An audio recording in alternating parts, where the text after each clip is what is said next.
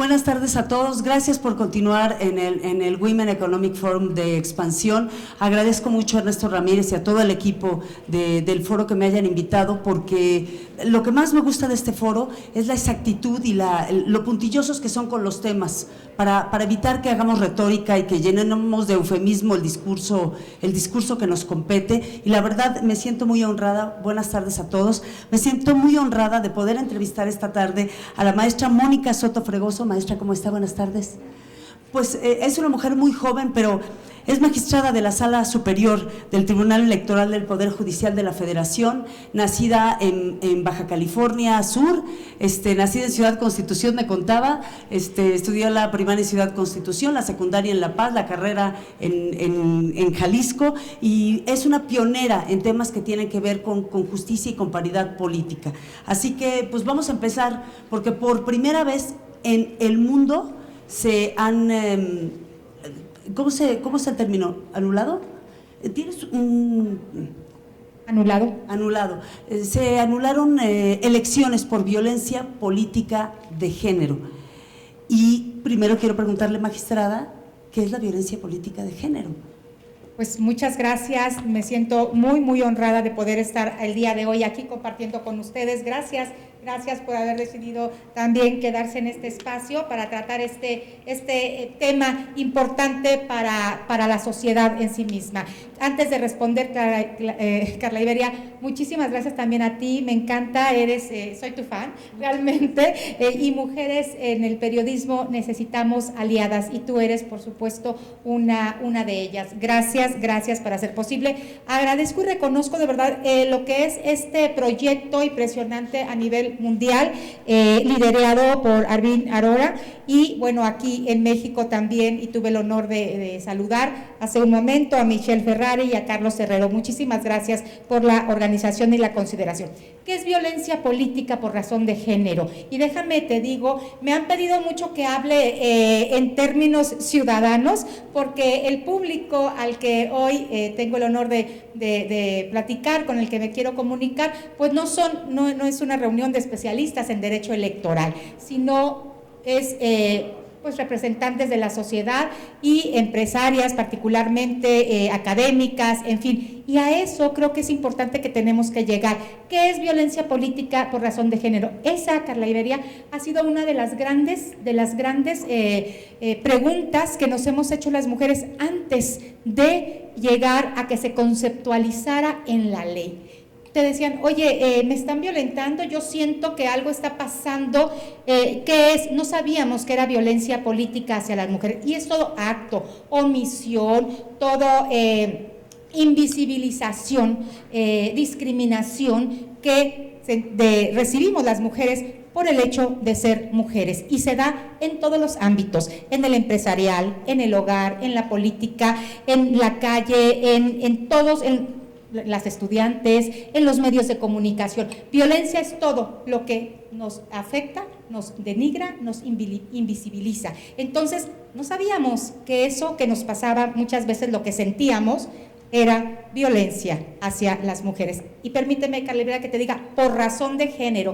Es bien importante entender por qué tenemos que decir esto tan largo. Violencia política hacia las mujeres por razón de género. Porque el punto de diferencia es que es por el hecho de ser mujer. El odio, la dominación, el control que se ejerce en la política hacia las mujeres es porque son mujeres. Pero además eso que ustedes documentaron en el ámbito político se vive en el ámbito de la empresa, en el ámbito de los medios, en el ámbito, digamos, de las estructuras de poder. Y estamos hablando, por ejemplo, de que las candidaturas sean negadas a los perfiles más cualificados, que probablemente sea el de una mujer, que ya que tienes la candidatura te nieguen el presupuesto, que ya que eres candidata te impongan la visión del cacique político local. En fin, ¿qué cosas ha documentado, magistrada? Pues mira, en la historia de la lucha de las mujeres en política y en lo público, quisiera también ampliar un poco para que quienes están aquí se puedan sentir incluidas. Es largo el camino y lamentablemente sigue siendo igual de empedrado. Hemos avanzado muchísimo, pero para votar, hace 68 años se reconoció a las mujeres en México, se nos reconoció el derecho para votar y ser votadas. Mi mamá, o sea, cuando nació mi mamá, todavía las mujeres no tenían derecho a votar. Mi mamá tiene 74 años, yo la veo muy joven y digo, la historia de la desigualdad estructural y legislativa y en política en México está aquí, está viva, ¿no? Ahora, avanzamos del voto, ya tenemos el voto, podemos votar y ser votadas. Después, fíjense, de 1953 hasta los 90 hubo como un impas. No pasaba nada, ahí estaba el derecho garantizado en la Constitución, pero no había más mujeres diputadas, más mujeres presidentas municipales, más mujeres gobernadoras. De los 90 a la época de hoy, de verdad ha sido pasos agigantados en los cambios que han venido sin parar. Hoy tenemos paridad en todo, hoy tenemos legislado la violencia política hacia las mujeres, hoy hemos logrado que haya un 50% en la Cámara de Diputadas y de Diputados. Hoy logramos que hay 6 gobernadoras que resultaron de un solo proceso electoral. ¿Por qué? Porque hubo una ley que ya se legisló al respecto, porque hubo acciones afirmativas de los organismos electorales y porque hubo una sentencia que dijo las mujeres tienen que acceder a ese cargo. En toda la historia de México, antes del proceso pasado electoral, ¿saben? Había habido solo 7 mujeres gobernadoras.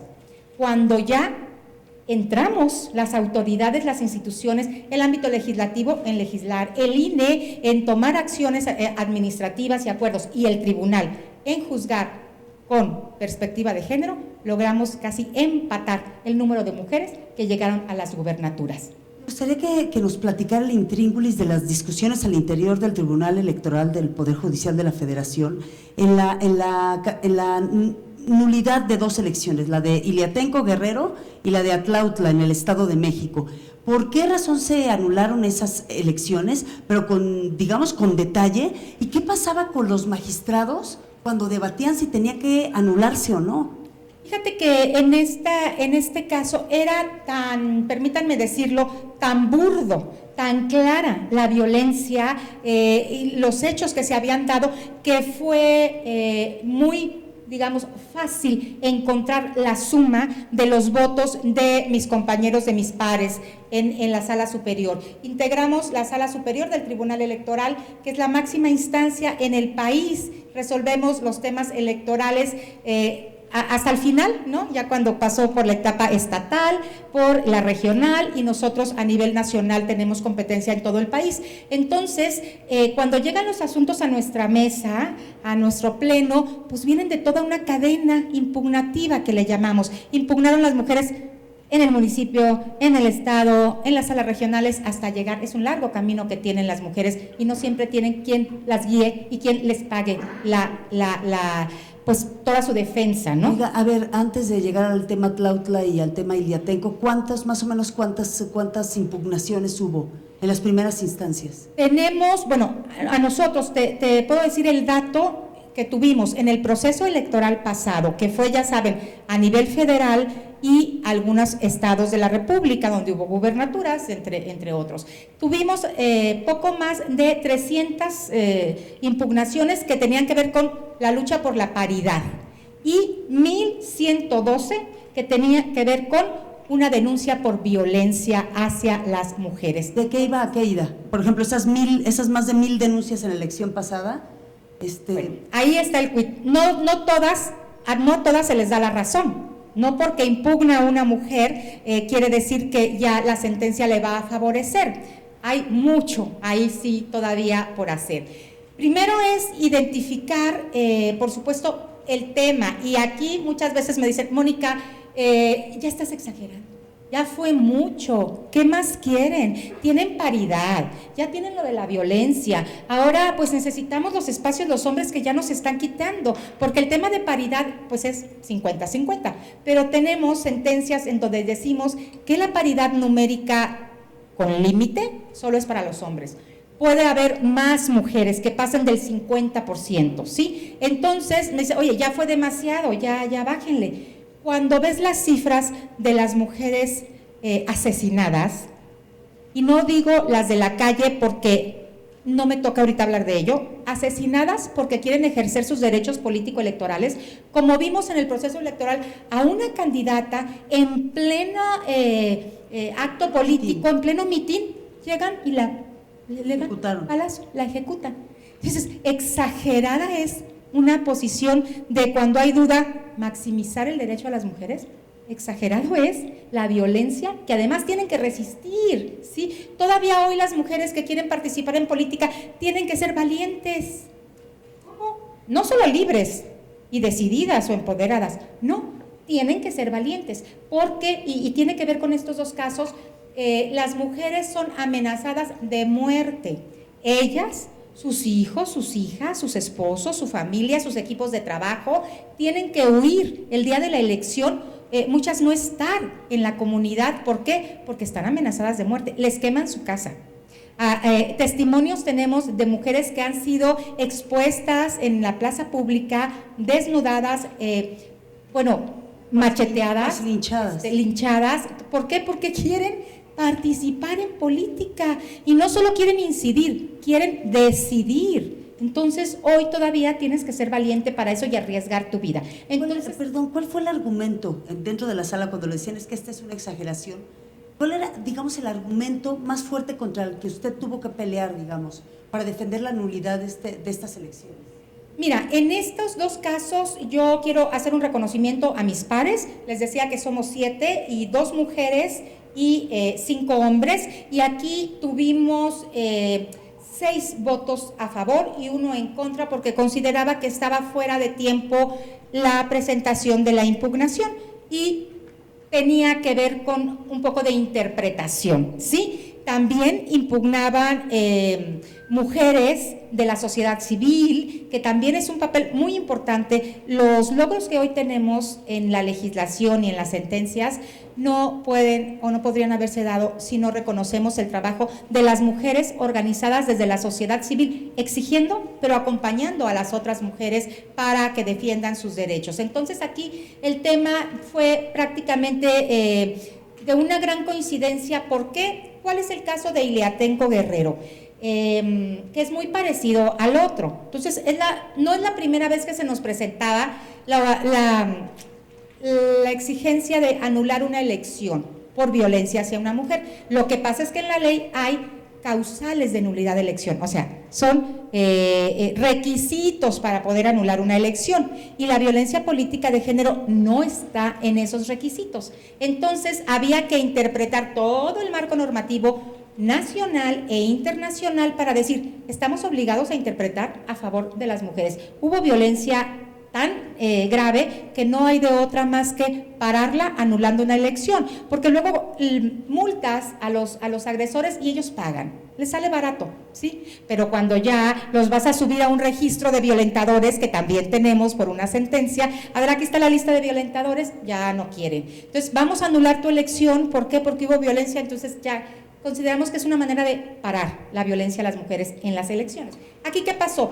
Es una comunidad que está en la sierra, en la montaña de Guerrero.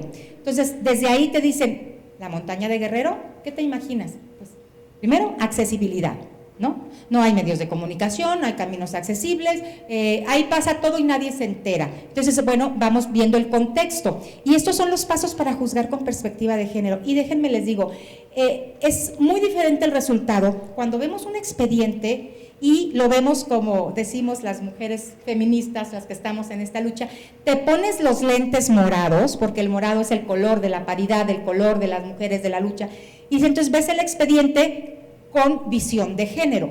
Cuando ves el expediente sin los lentes de género, sin esta perspectiva para juzgar, pues es muy práctico, por ejemplo, decir se desecha. No, este asunto no trae algún tema de que traiga una violación de la Constitución, entonces ni siquiera lo reviso. Deja ahí. Entonces, aquí es muy importante ver el contexto, y estos son como este método para juzgar. ¿Cuáles son los pasos para juzgar con perspectiva de género? Que no quiere decir que al final siempre les des la razón, pero sí que haces un análisis. Hay unas categorías que se llaman categorías sospechosas. Entonces, llega el expediente a mi escritorio, me lo turnan y digo, están denunciando violencia política. ¿Qué tengo que hacer? ¿Dónde se dio?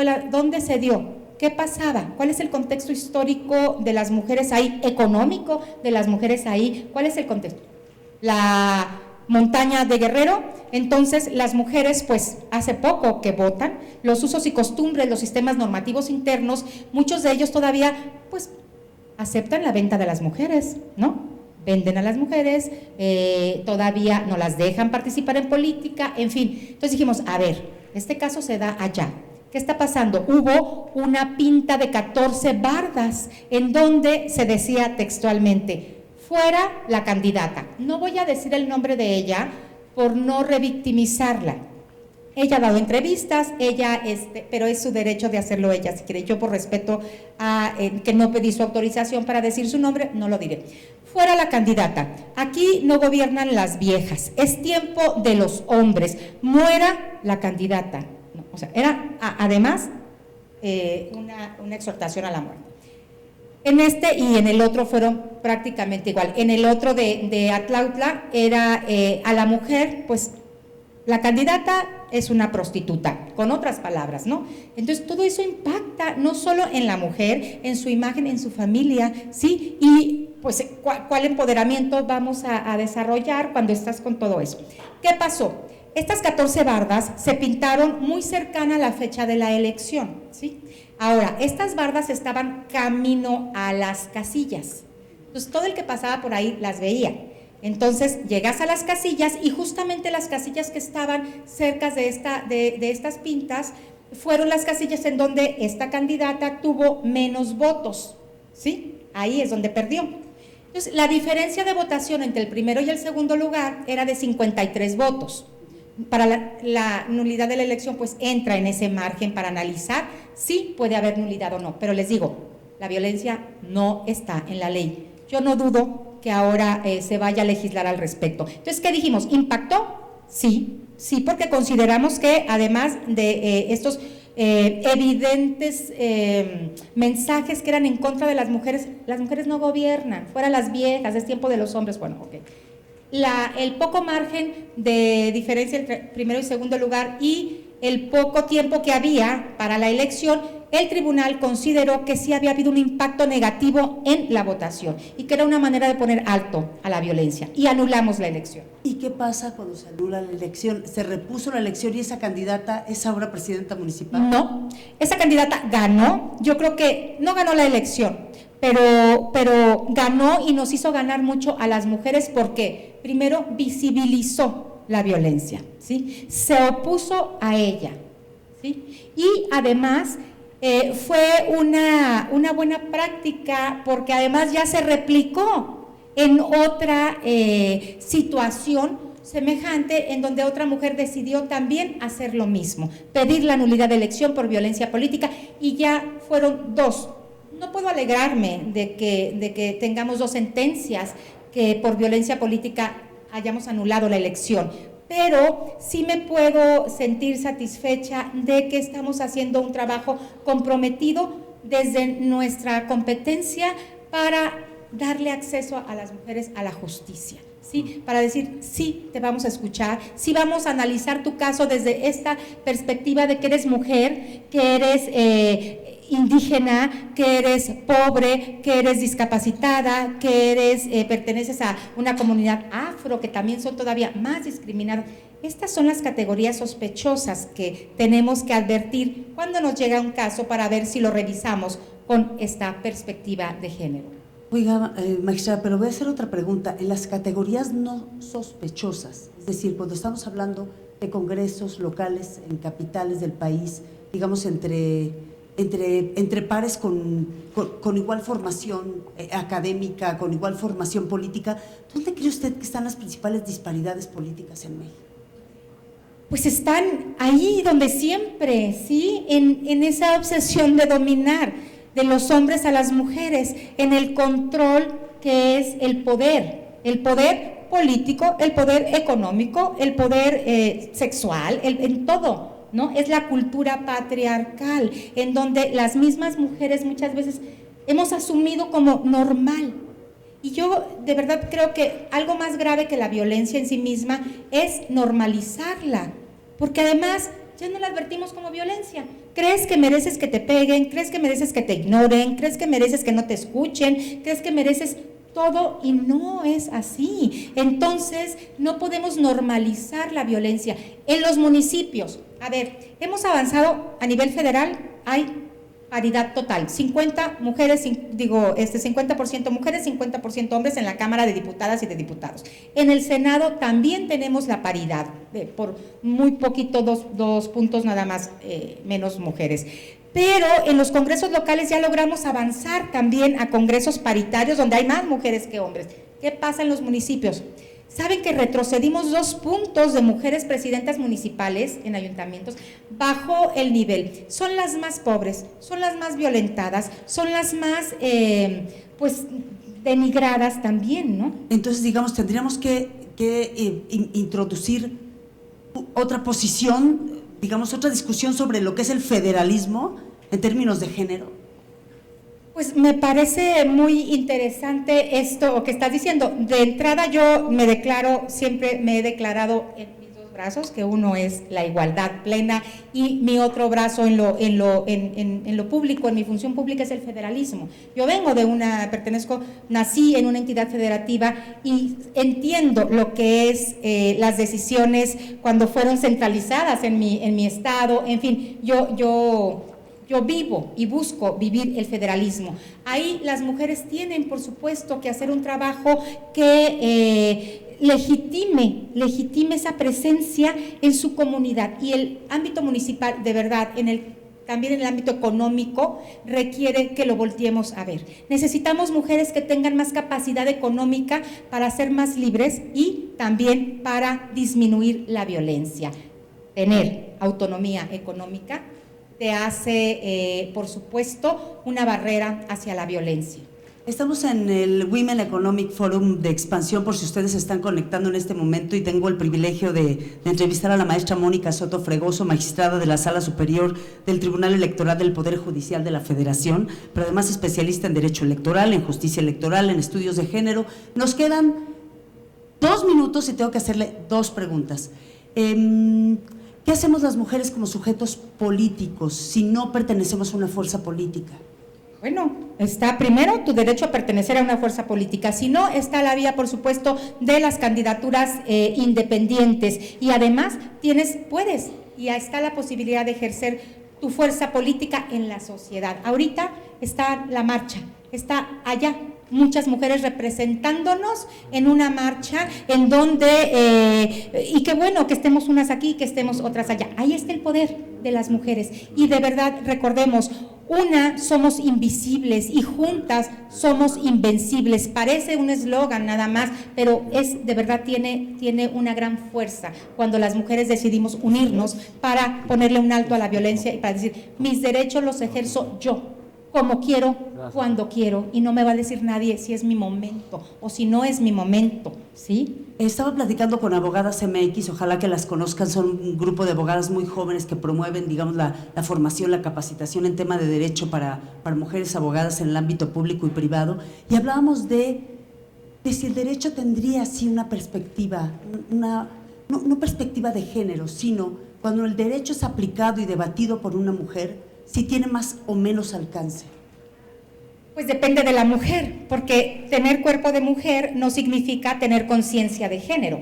Y hay mujeres que no tienen una visión de lo que es la perspectiva de género en la vida, ¿no? Quien asume. Entonces, no es garantía, es otro gran reto que tenemos las mujeres de incidir y decidir y abrirle la puerta a otras, todas las que están aquí, las que estamos aquí. Este gran foro, pues por supuesto es un espacio para empoderar a otras mujeres. Y yo creo que yo me haría una pregunta que les haría a ustedes: ¿cuál es la huella que tú vas a dejar al mundo, a tu generación y tú a las mujeres que tienes en tu espacio? No vamos a cambiar el mundo todas, pero yo qué hago aquí sentada, yo no vengo a hablarles de mí, sino a rendir cuentas de qué estoy haciendo como mujer juzgadora, ¿sí? Y para que me juzguen cuando no estoy cumpliendo el pacto de sororidad, que es esta hermandad entre mujeres para no violentarnos. No tenemos que ser mejores amigas, solo no tenemos que estarnos metiendo el pie. Y por último,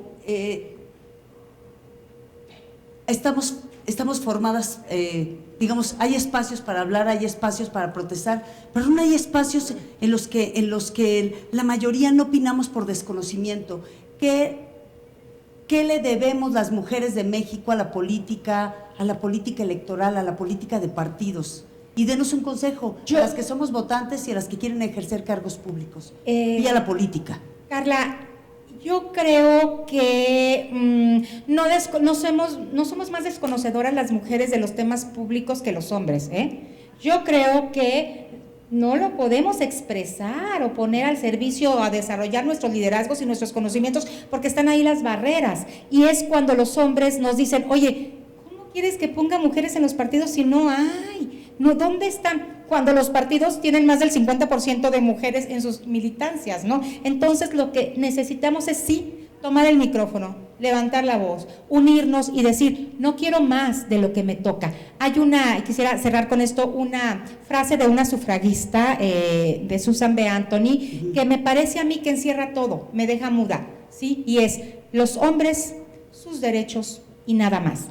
Las mujeres, sus derechos y nada menos. No tenemos que ceder nada, tenemos que ir por todo. Y ahí vamos, necesitamos estar unidas porque una le abre la puerta a la otra. Hoy, de verdad, nuestra huella tiene que ser tener ya trabajo en la generación del reemplazo. ¿Quién va a venir a ocupar nuestros lugares? ¿Qué estamos haciendo para construir esa generación de la igualdad? ¿Qué es lo que esperamos? Mujeres y hombres, ¿no? Están los jóvenes, están los niños, que ya vienen también con otra visión de lo que es un mundo más igualitario. La violencia hacia las mujeres se da en todos los ámbitos. Hoy tenemos la guerra con Rusia y Ucrania. ¿Y saben qué es el primer instrumento de la guerra? Es llegar y violar a las mujeres y a las niñas. Esa es la primera manera de someter y de ganar. No puede ser y no podemos estar en silencio. Maestra Mónica Soto, magistrada, muchísimas gracias. Nos quedaron muchas preguntas, pero escríbanlas y ojalá la puedan saludar fuera del panel. Gracias, buenas tardes. Muchísimas gracias por la oportunidad de escucharme.